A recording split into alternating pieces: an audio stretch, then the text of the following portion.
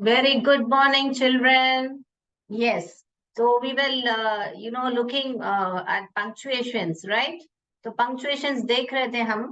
तो अभी ऑलरेडी हमने फुल स्टॉप पीरियड यानी कि then comma, then we finish capitalize and question mark. ये 1 2 3 4 ये 4 हमने देखा था कि जब भी आप सेंटेंस खत्म करोगे आप फुल स्टॉप डालोगे और दूसरा सेंटेंस शुरू करने के बाद आप क्या करोगे, एक स्पेस छोड़ के दूसरा सेंटेंस शुरू करोगे.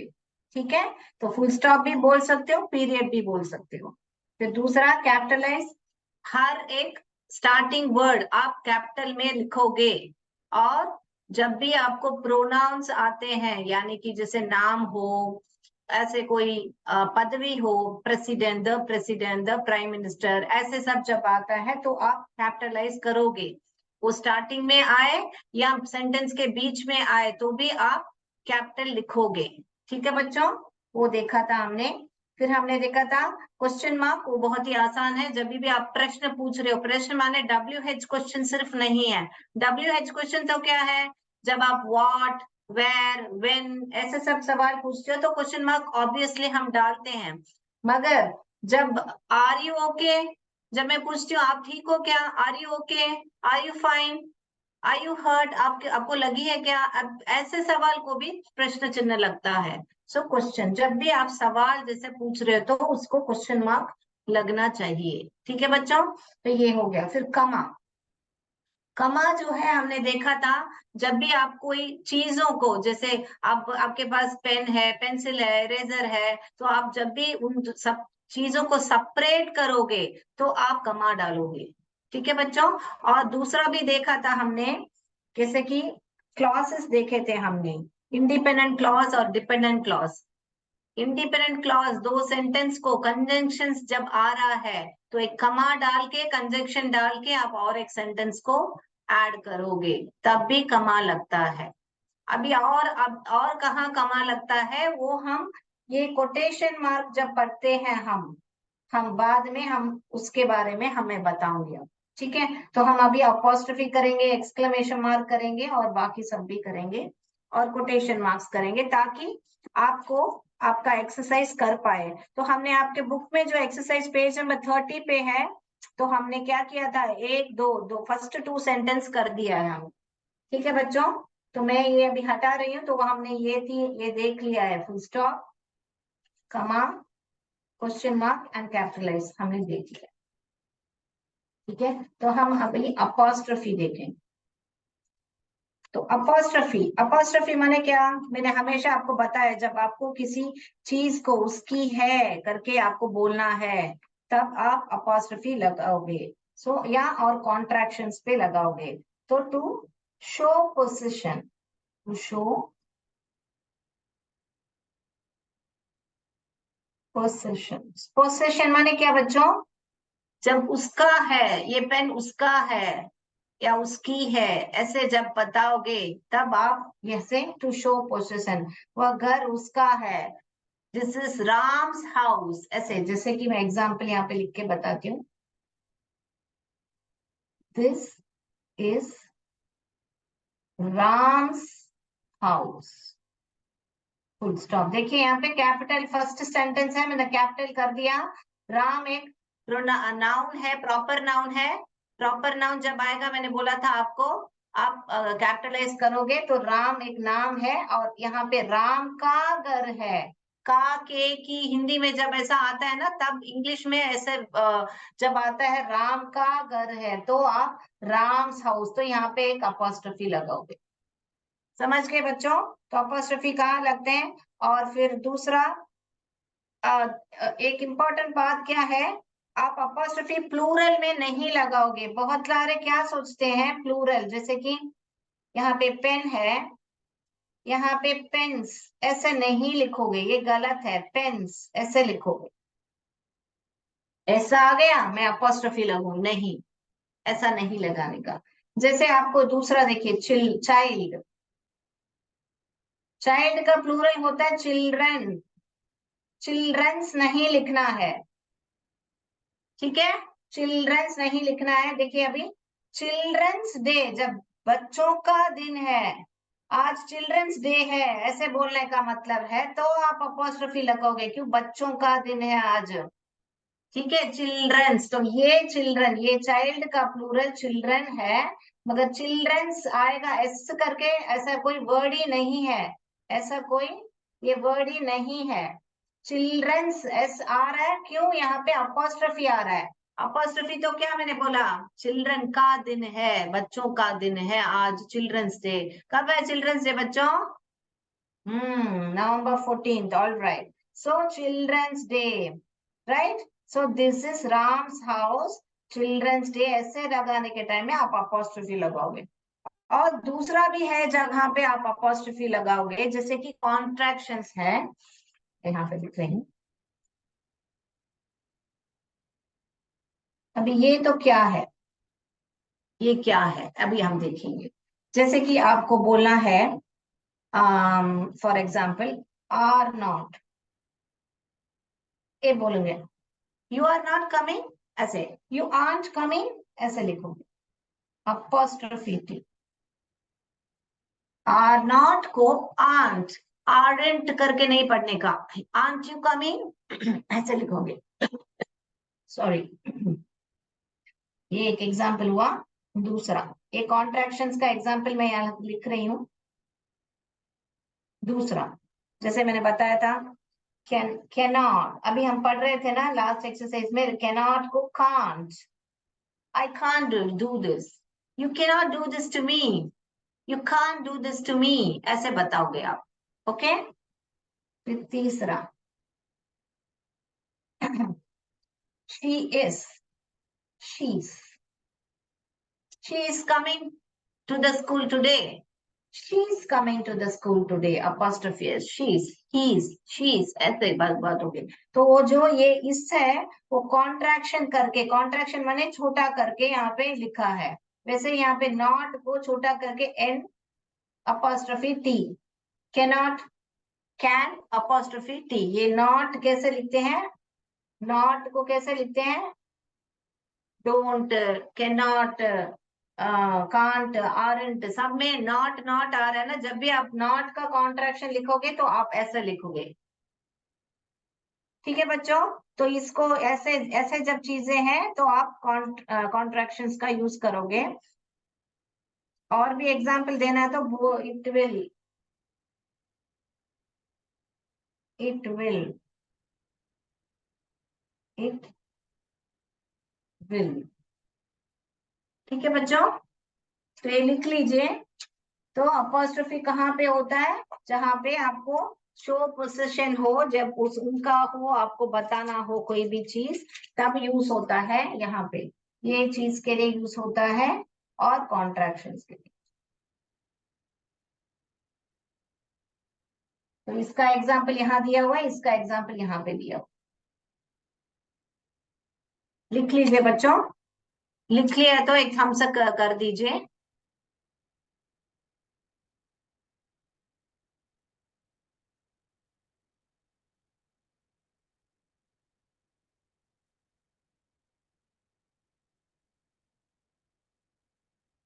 लिख लिया बच्चों?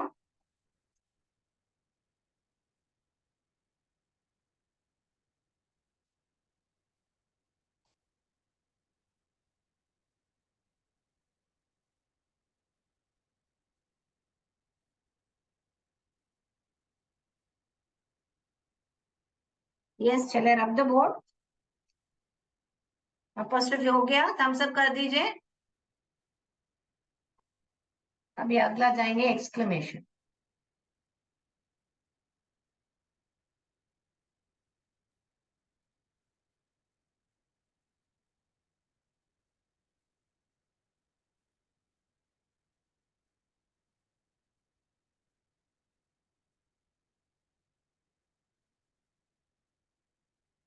एक्सक्लेमेशन कब डालोगे बच्चों, जब आपको कोई आपका भाव दिखाना हो। ठीक है, जैसे कि आपका, लिख देती हूँ मैं, जब आप एक्सप्रेस करते हो, क्या एक्सप्रेस करते हो, सडनली, सडनली आप सडनली बोलते हो कि मैं खुशी से कुछ बोलते हो, या आप शौक से कुछ बोलते हो, ऐसा हो गया क्या, वो गुजर गए क्या, ऐसे जब बोलने का तो शौक के साथ। जब आप बहुत खुश हो, जब शौक से बोलते हो, या आप दुख, ग्रीफ यानी कि सैड, जब बहुत ही दुखी हो आप सैड, या कुछ सरप्राइज है, आपको कोई कुछ सरप्राइज दे रहा है तब आप बोलोगे, या आपकी कोई इच्छा हो, विश हो। ओके, तो ऐसे सब जो चीजें हैं, आप क्या बोलोगे, ऐसे एक्सक्लेमेशन मार्क यूज करोगे। ठीक है बच्चों, तो एक्सक्लेमेशन मार्क के लिए मैं कोई सम एग्जांपल्स लिख देती हूँ, जैसे कि मैंने बोला कंग्रेचुलेशंस,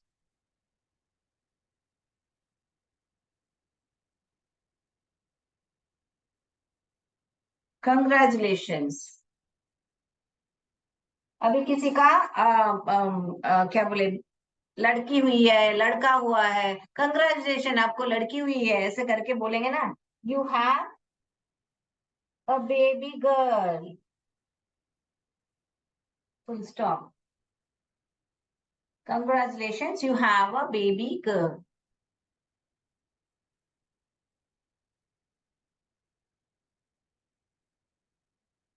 मैंने यहाँ पे एक एक एग्जाम्पल लिख देती हूँ। ओ दैट इज सैड, उनके साथ बहुत ही गलत हुआ, बहुत ही दुख की बात है, oh that is sad.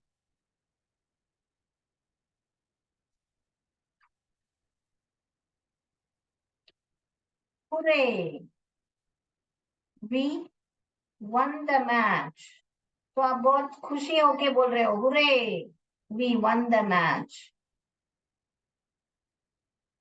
Hurray we won the match. Wow that is a beautiful dress.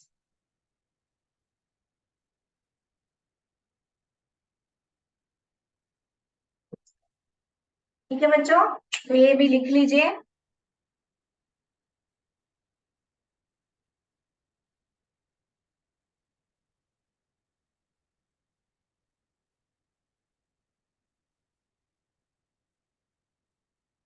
लिख लिया तो थम्स अप कर दीजिए बच्चों।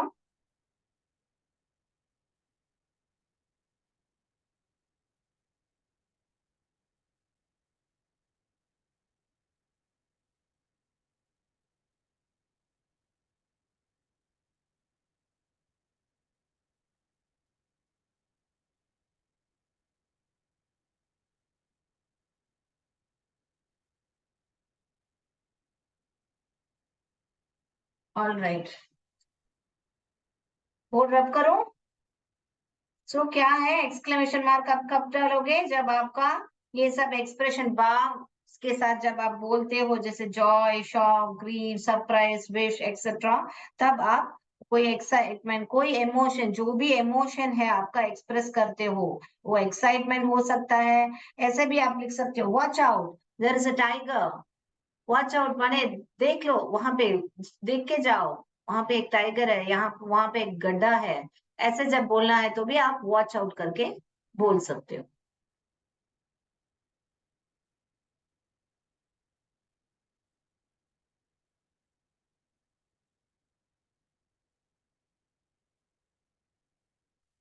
तो एक्सक्लेमेशन हो गया, अपॉस्ट्रोफी भी हो गया।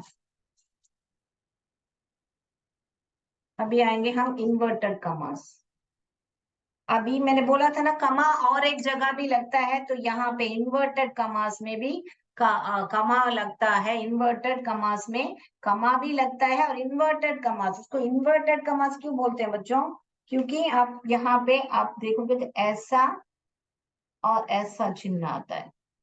सेंटेंस आप शुरू करोगे ऐसा और बंद करोगे ऐसा।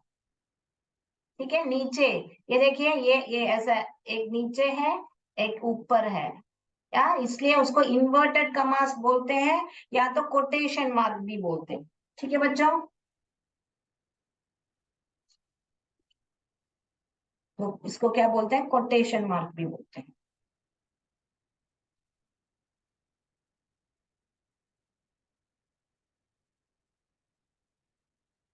ठीक है। अभी कोटेशन मार्क आप कहाँ पे लगाओगे? आप जब भी कोई चीज, कोई वो बोलते हैं डायरेक्ट स्पीच में, जब है direct speech,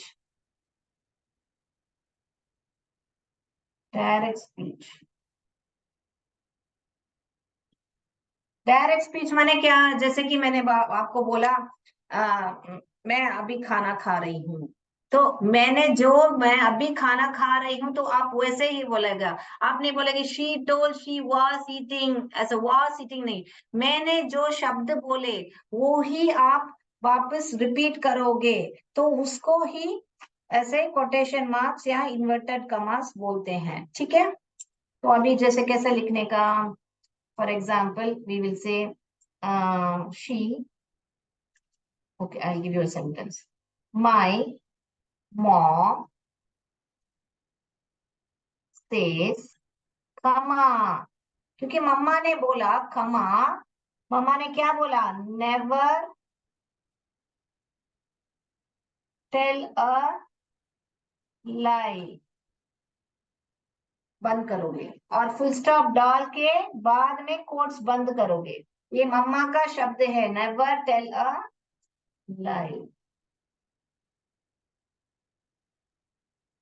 never tell a lie. ऐसे जब शब्द बोलोगे तो आप, आपके बुक में ये जो रचना का लेसन में आपका बहुत ऐसे है, अभी वो एग्जाम्पल हम करेंगे। देखिए थर्ड वाला निकालिए, सी, रेचल, सी देखिए, रेचल एक्सक्लेम्ड,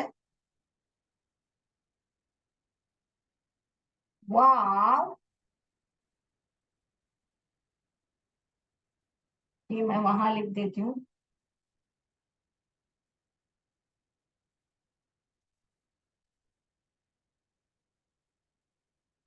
दिख रहा है ना बच्चों?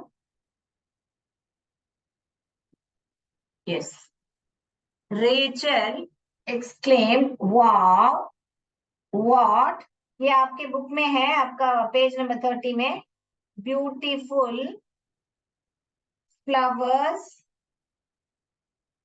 एंड फाउंटेन्स आर दीज, ऐसे करके है। तो आप इसको कैसे ये करोगे? वाव आया है यहाँ पे, वाव आया है, ध्यान दीजिए यहाँ पे कैपिटल नहीं है। पहले तो इसको हम करेंगे कैपिटल, यहाँ पे एक करेक्शन करेंगे, रेचल। ठीक है। एक्सक्लेम्ड, एक्सक्लेम ना, रेचल ने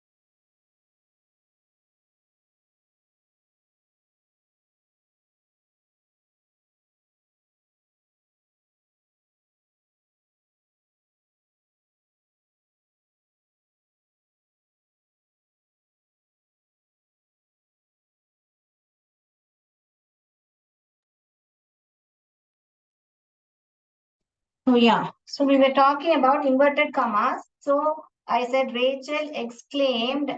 यहाँ पे आप कोटेशन मार्क्स आप खोलोगे, wow what are beautiful flowers and fountains are these, यहाँ पे डालोगे, ठीक है बच्चों. So this is how you will punctuate this sentence. आपका जो पेज नंबर 30 में थे कि Rachel exclaim wow what beautiful flowers and fountains are these. आप ऐसे कोटेशन मार्क इसको बंद करोगे एक्सक्लेमेशन मार्क डालने के बाद, ठीक है बच्चों.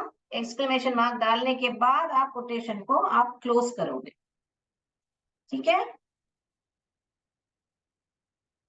अभी दूसरा भी देखिए आपका डी, डी में भी वही दिया है, बोर्ड दिख रहा है ना आपको. डी, डी में क्या दिया है, यहाँ पे मैं यहाँ पे इसको कैपिटल मैंने जो करेक्शन किया है यहाँ कर दे, रेचल एक्सक्लेम वाह व्हाट ब्यूटीफुल फ्लावर्स. अभी देखिए कोटेशन मार्क ही नहीं है तो क्या है, रेचल एक्सक्लेम वाह what beautiful flowers and fountains are these, ऐसा ही पढ़ने में आएगा. मगर अगर कोटेशंस दिया हुआ है तो उसमें आपका भाव दिख रहा है, रेचल एक्सक्लेम वाह what beautiful flowers and fountains are these, ऐसा पढ़ने का, ठीक है बच्चों. तो अभी डी,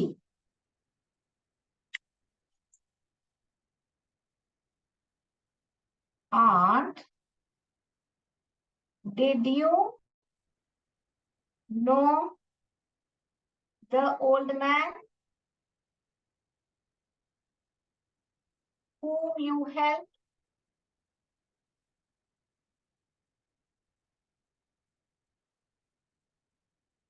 कुछ भी नहीं दिया है यहाँ पे, ठीक है. अभी देखिए aunt did you, तो रचना जो है आंट से पूछ रही है क्या आपने, तो उसका उसका सवाल है, तो इसलिए आप क्या करोगे यहाँ पे, ये जो कैपिटल हमको लिखना है तो वो तो वेरी ऑब्वियस है, तो यहाँ पे आंट क्या हो जाएगा, यहाँ पे कैपिटल हो जाएगा. Aunt did you, did you aunt, ये क्या आ रहा है, डिड यू, यहाँ पे सवाल शुरू हो रहा है, ठीक है. तो आपको मालूम पड़ना चाहिए कि आंट करके रेचल ने बुलाया, फिर यहाँ से उसने सवाल पूछा है डिड यू, तो यहाँ पे आप कमा डालोगे और कमा के बाद आप क्या करोगे, इसको कैपिटलाइज करोगे. और यहाँ से शुरू होता है रचना या रेचल ने वो पूछा है उसके शब्द हैं, तो इसीलिए डायरेक्ट स्पीच में है, तो आप इन्वर्टेड कमास खोलोगे यहाँ पे. Did you know the old man whom you helped? Question mark, फिर क्लोज करोगे कोटेशन मार्क, क्योंकि यहाँ क्या है, सवाल है, तो क्वेश्चन मार्क करोगे, फुल स्टॉप, एक्सक्लेमेटरी मार्क या फुल स्टॉप नहीं डालोगे. आपका सवाल है यहाँ पे, डिड यू, क्या आप जानते थे उस बुजुर्ग को, ऐसे पूछ रहे हैं, इसलिए आप क्या करोगे यहाँ पे क्वेश्चन मार्क डालोगे और कोटेशन मार्क क्लोज करोगे, ठीक है बच्चों.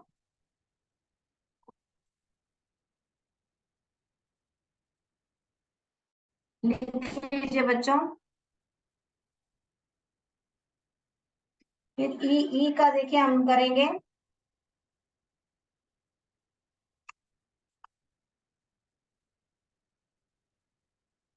द गंगा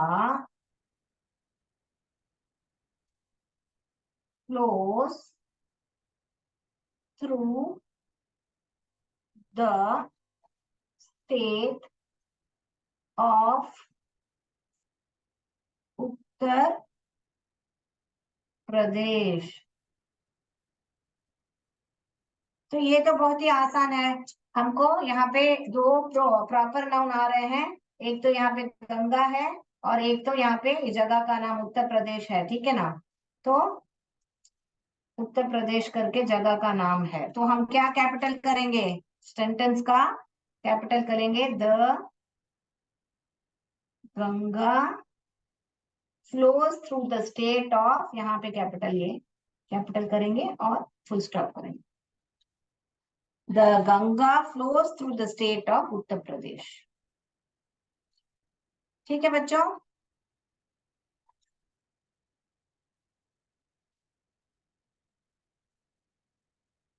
अभी अगला सेंटेंस एफ,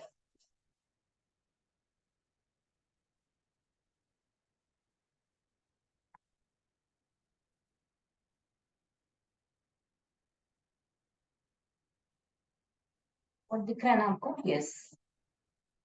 एफ, एफ का क्या सेंटेंस है? Thank you for the nice present said Tanu. अभी यहाँ पे एक ट्विस्ट है, देखिए। सेड तनु, तनु ने बोला। यहाँ पे शुरुआत में आंट रेचल आंट करके बता रही है, रेचल बोल रही है। यहाँ पे पहले आ रहा है रेचल एक्सक्लेम्ड या रेचल सेड। यहाँ पे क्या है? तनु ने बोला करके बाद में आ रहा है। तो यहाँ पे मालूम पड़ रहा है कि ये जो बोला हुआ है वाक्य है वो तनु का बोला हुआ है। तो यहाँ पे भी कोटेशन लगेगा।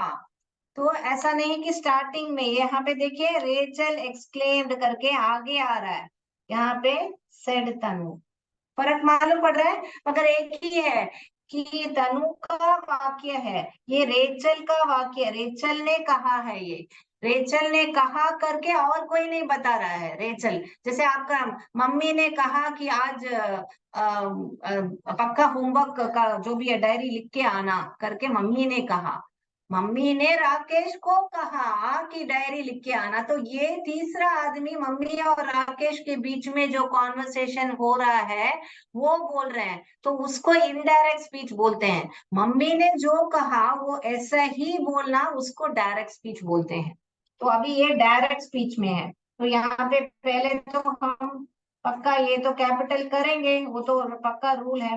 फिर यहाँ पे इन्वर्टेड कमा लगाओगे यहाँ पे, क्योंकि क्या है, ये किसका वाक्य है? तनु ने बोला। सो तनु, इन्वर्टेड कमा खोलोगे आप, thank you for the nice present. मैंने क्या बोला? यहाँ जिसने भी कहा वहां पे कमा लगता है ना, तो यहाँ पे कमा लगेगा क्योंकि सेड तनु यहाँ पे है और ये सेंटेंस यहीं पे खत्म हो रहा है। तो हम यहाँ पे क्लोज करेंगे कोटेशन में, thank you for the nice present said Tanu. तो ये आज आपका हो गया। पेज नंबर 30 में हमने सब कुछ कर दिया है। लास्ट टाइम हमने ए और बी किया था, आज सी डी ई एफ कर दिया है।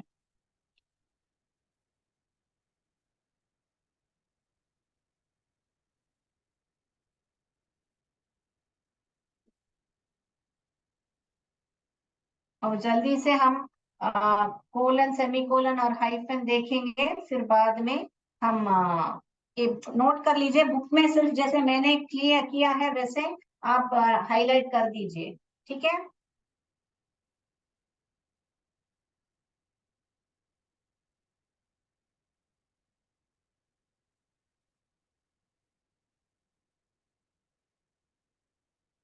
तो सेंटेंस लिखने की जरूरत नहीं है, सिर्फ जैसे मैंने किया हुआ है वो quotation marks, I mean punctuate कर दीजिए। अभी हम सेमीकोलन और हाइफन देखेंगे।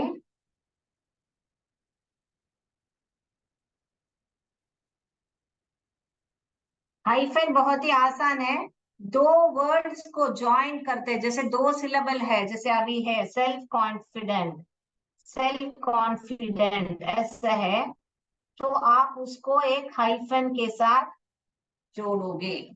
छोटा सा एक सिंबल होता है ऐसे, इसको हाइफन बोलते हैं। तो वर्ड्स को क्या करता है वो? वर्ड्स को ज्वाइन करता है।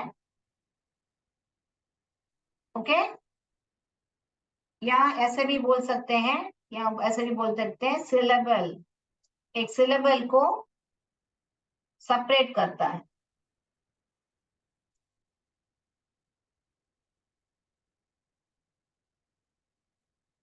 ये सेल्फ कॉन्फिडेंट एक है, उसको सेपरेट करता है। ठीक है, ऐसे भी ज्वाइन भी बोल सकते हैं, सेपरेट भी बोल सकते हैं। फिर दूसरा हाइफन के जैसा ही दूसरा दिखता है, जैसे कि एन डैश करके है, एन डैश करके एक होता है, वो थोड़ा इससे लंबा होगा, हाइफन जैसा ही दिखेगा, वो इतना इंपॉर्टेंट नहीं है आपके सब्जेक्ट में। सॉरी, हम बोर्ड नहीं दिख रहा, सॉरी सॉरी।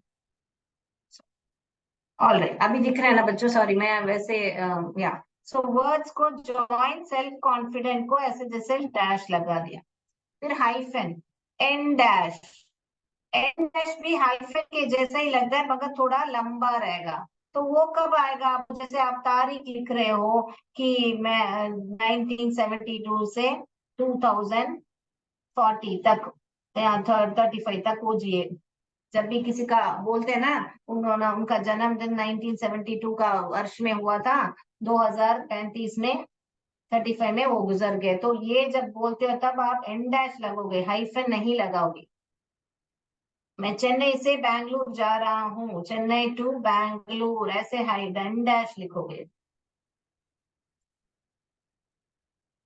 ये भी लिख लीजिए।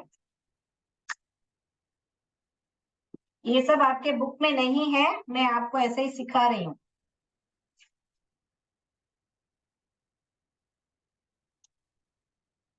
सेमीकोलन है ना, वो भी कमा के जैसा ही है, मगर यहाँ पे क्या है ना, आपका दो सेंटेंस को जोड़ने का काम करता है, मगर यहाँ पे कंजंक्शंस की जरूरत नहीं है।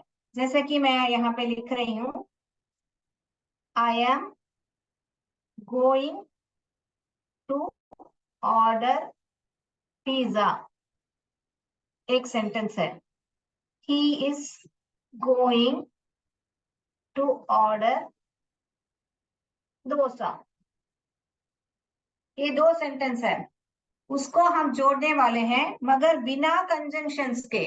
तो क्या करेंगे, हम सिर्फ ही ये दोनों सेंटेंस को ऐसे ही लिखेंगे।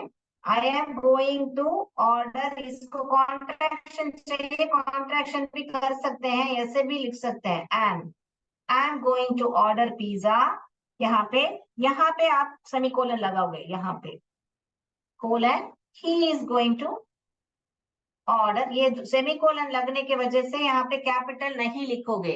ही is going to order pizza, dosa. समझ में आया बच्चों? मैं यहाँ पे करेक्शन इसमें करके बताती हूँ आपको। ये दो सेंटेंस थे, तो मैंने अभी क्या किया, उसको दोनों के एक ही सेंटेंस कर दिया। कैसे? सेमीकोलन लगा के और यहाँ पे फुल स्टॉप लगा दिया, तो दोनों एक हो गए। यहाँ पे कंजक्शंस ऐड नहीं किया मैंने। ठीक है, तो I am going to order pizza, he is going to order dosa, ऐसा करो।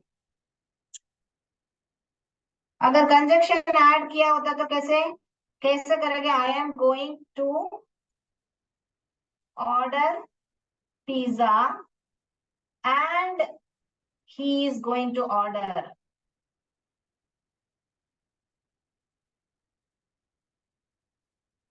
और ऑर्डर भी है, and he is going to order dosa. ठीक है, ऐसे ये जो है कंजंक्शन ऐड किया हुआ है, तो कंजंक्शन बिना आप सेमीकोलन भी लगा सकते हो।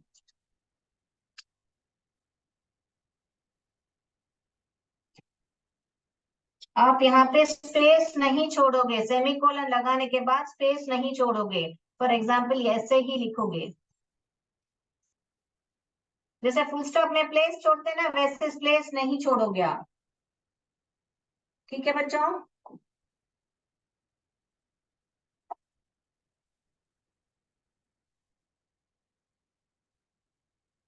लिख लीजिए बच्चों।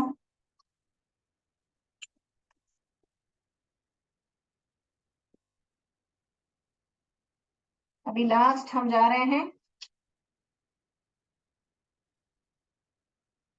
ये कोलन।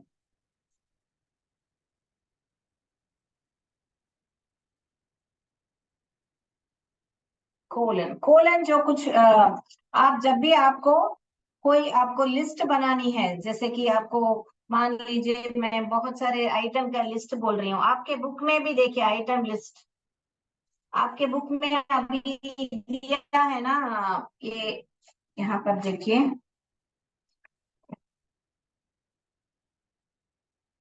यहाँ पर देखिए, able to see this, yes, इधर कोलन लिखा है, मैं लिख के बता दूं। आइटम लिस्ट जो है, जैसे कि मान लीजिए मैं बोल रही हूँ material need, materials needed for the drawing competition,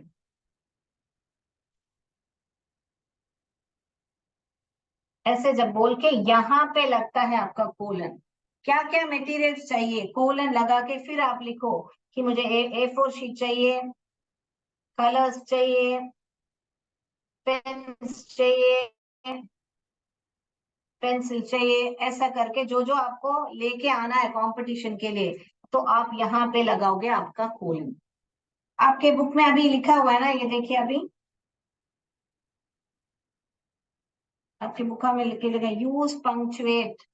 आपके बुक में लिखा है, देखिए, use punctuation marks hyphen capital letters कमा फुल स्टॉप। ये देखिए कैपिटल लेटर फुल स्टॉप करके यहाँ पे एक ब्रैकेट डाल के, जब भी आपको ये ब्रैकेट कब डालोगे, जब भी आपको अभी फुल स्टॉप कैसे दिखता है ऐसा करके, तो ब्रैकेट्स भी एक काइंड ऑफ पंक्चुएशन है। जैसे कि मैं बोल रही I play with my friend, तो ये फ्रेंड कौन है? अगर मैं बोलना चाह रही एक्स्ट्रा इन्फॉर्मेशन, राम ही मेरा फ्रेंड है, तो ब्रैकेट, राउंड ब्रैकेट डाल के मैं राम लिखूंगी। तो ब्रैकेट्स का ऐसे यूज होता है जब आप एक्स्ट्रा इन्फॉर्मेशन देना चाहते हो। अभी ये यहाँ पे क्या देना चाहते हैं एक्स्ट्रा इन्फॉर्मेशन, कि फुल स्टॉप ऐसे लिखा जाता है, फुल स्टॉप, कमा, कमास, कमा, क्वेश्चन मार्क,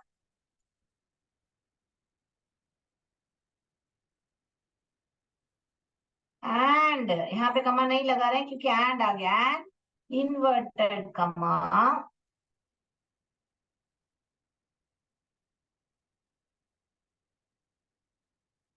इन्वर्टेड कमा कैसा दिखता है, ऐसा करके सेंटेंस होता है, फिर बंद करते हैं हम, ऐसा करते हैं ना हम लोग। वेर एवर नेसेसरी करके क्या डाला है, कोलन डाला हुआ है। क्या डाला हुआ है? कोलन डाला हुआ है। ये आपके बुक में यही हेडिंग है, तो इसी में पूरा पंक्चुएशन आ गया। देखिए यहाँ पे हाइफन आ गया, यहाँ पे कमा आ गया, ब्रैकेट्स में आपके जो भी है सिंबल्स आ गए, और यहाँ पे कोलन भी आ गया। ठीक है, तो अगली कक्षा में अभी मैं आपको क्वेश्चंस दिखाती हूँ, आप जल्दी से लिख लीजिए, फिर अगली कक्षा में हम आंसर्स को डिस्कस करेंगे। ठीक है बच्चों, ये लिख लिया बच्चों? ये तो आपके बुक में ही है, लिखने की जरूरत नहीं है, ठीक है, सिर्फ इतना लिख लीजिए। मैं स्क्रीन शेयर कर रही हूँ।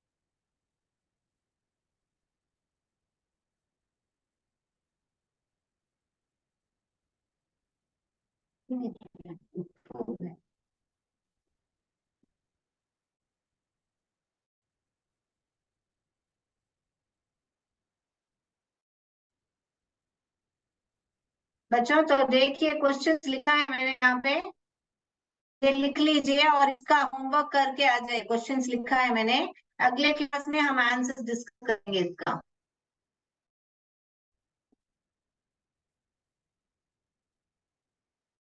जितने बच्चों बोर्ड लिख लीजिए। Rachna and her parents had gone to Mysore, इसका पंक्चुएट कीजिए। I had brought popcorn, samosa, sandwich, and fruit for everyone. Rachna had asked her aunt, "Did you know the old man whom you helped?"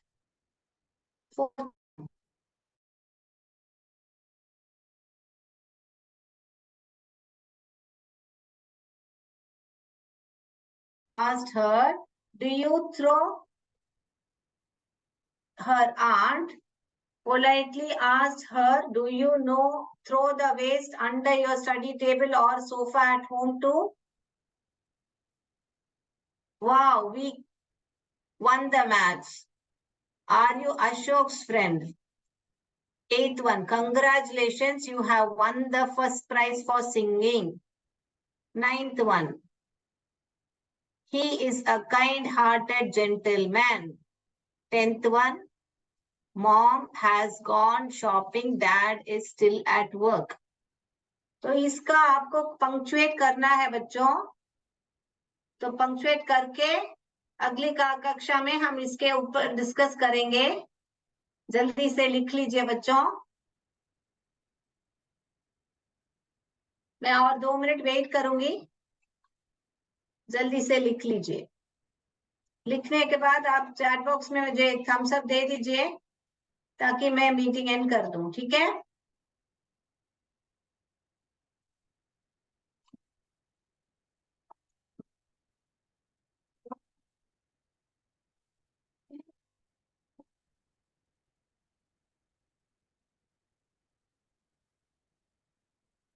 All right.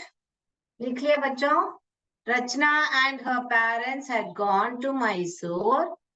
Aunt had brought popcorn, samosa, sandwich and fruits for everyone. Rachna had asked her aunt, did you know the old man whom you helped? Rachna's uncle and aunt lived in Mysore. Her aunt politely asked her, do you throw the waste under your study table or sofa at home too? Wow, we won the match. Are you Ashok's friend? Congratulations, you have won the first prize for singing. He is a kind-hearted gentleman. Mom has gone shopping. Dad is still at work. All right, दोबारा भी पढ़ लिया मैंने. तो मैं मानती हूँ कि आप सबने लिख लिया है. आज का क्लास यहीं पर समाप्त करते हैं. अगली कक्षा में आंसर्स डिस्कस करेंगे. जय विद्या शक्ति, जय भारत, जय हिंद.